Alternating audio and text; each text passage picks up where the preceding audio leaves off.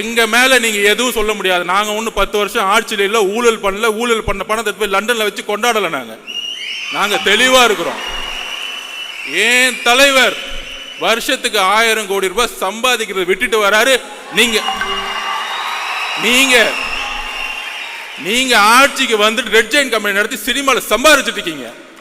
இதுவா அரசியல்? 2018 2021 ரெட் ஜெயின் கம்பெனியுடைய வருமானம் என்ன? 2021 ஆட்சி அமைத்த பிறகு ரெட் ஜெயின் கம்பெனியுடைய வருமானம் என்ன? அரசியல் அதிகாரத்தை வைத்து சம்பாதிக்கக்கூடிய எந்த செயலும் ஊழல் தான்.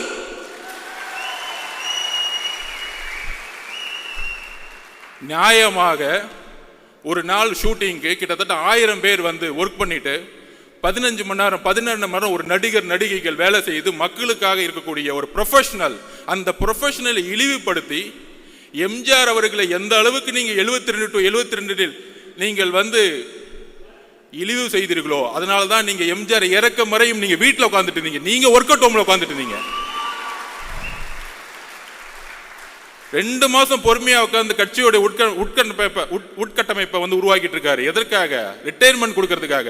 உங்களுடைய ஒட்டுமொத்த அமைச்சரவையும் ரிட்டையர்மெண்ட்டுக்கு ரெடி ஆகிக்கோங்க. போதும், உங்களுடைய அரசியல் போதும். பார்த்து பார்த்து பார்த்து பார்த்து என்ன இளைஞர்கள் கூட்டம் இருக்கும். ஆமா, பொதுக்குழு ஃபுல்லா இளைஞர் கூட்டம். 1949 அண்ணா உருவாக்கிய போது இளைஞர்கள் மட்டும்தான் கட்சியில் இருந்தாங்க.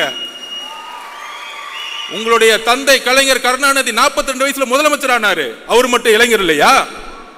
இளைஞர்கள் கூட்டம் இந்த 2026 புதிய முடிவு எடுக்கும். ஒட்டுமொத்த தமிழ்நாடு மாற்றங்களை உருவாக்கும்.